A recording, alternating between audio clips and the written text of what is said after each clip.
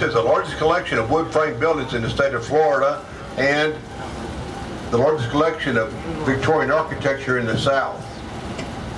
Our most common style of architecture, most common style of house is the New England style classical revival. Look at the porches just on the front, and the windows and doors all match up upstairs and downstairs. Here's an example of a New England house on my right hand side, right past the Marquesa. See, it's like one house built on another house. Everything matches up upstairs and downstairs. They had to modify that house so to give more airflow for the hot summer months. On my left is a Bahama house on the near corner here. So it's just got the wraparound porch and the 12-foot ceilings to get more airflow that way.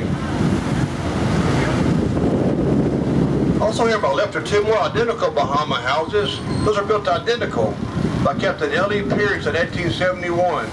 Captain Pierce had two daughters who were very jealous of each other, evidently, very suspicious of each other. So to keep the two daughters from fighting all the time, he built both those two houses back there identical, close at the same rate of speed.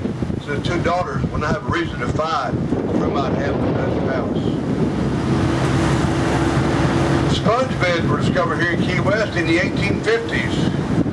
Water around the island is very shallow, except for the ship harbor, the ship channels.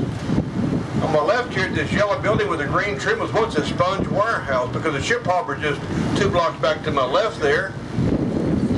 And the way that we get the sponges is they go out in the ocean in their boats.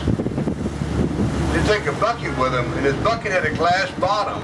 They would put the bucket in the water, look through the glass bottom and spot the sponges, and take a long wooden pole and pluck them off the bottom. They bring them up here, put them in a sponge warehouse.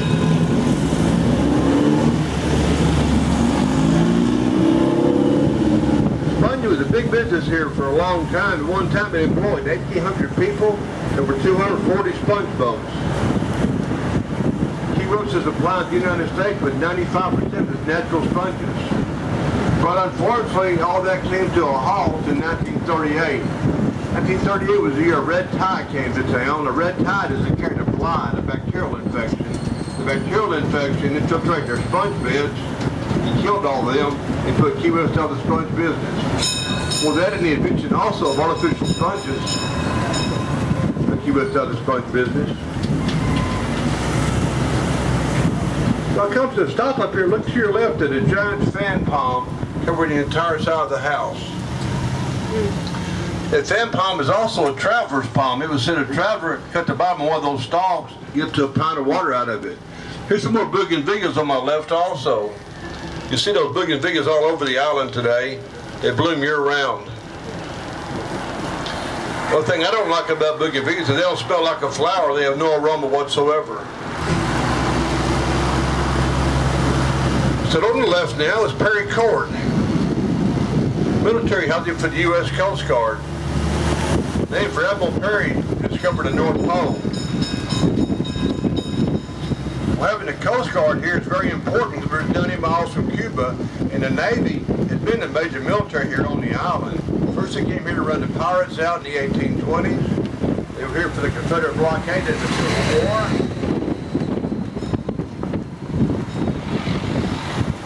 All the way up to the war in Vietnam, including the Cuban Missile Crisis, when President Kennedy came down here to manage that situation. And on the right across the street, that 2-story yellow building was once a Navy armory. Even though it was made out of wood, it was a naval armory. And besides having the Coast Guard here today, we've also got housing for Top Gun fighter pilots, plus we have a Navy SEAL team here.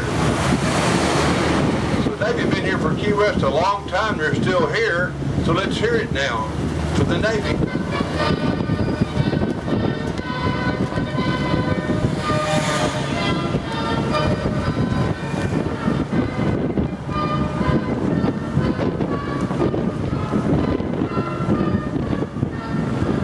As the tour takes place today, you're going to see how big the houses are and how close they are together. And the thing is,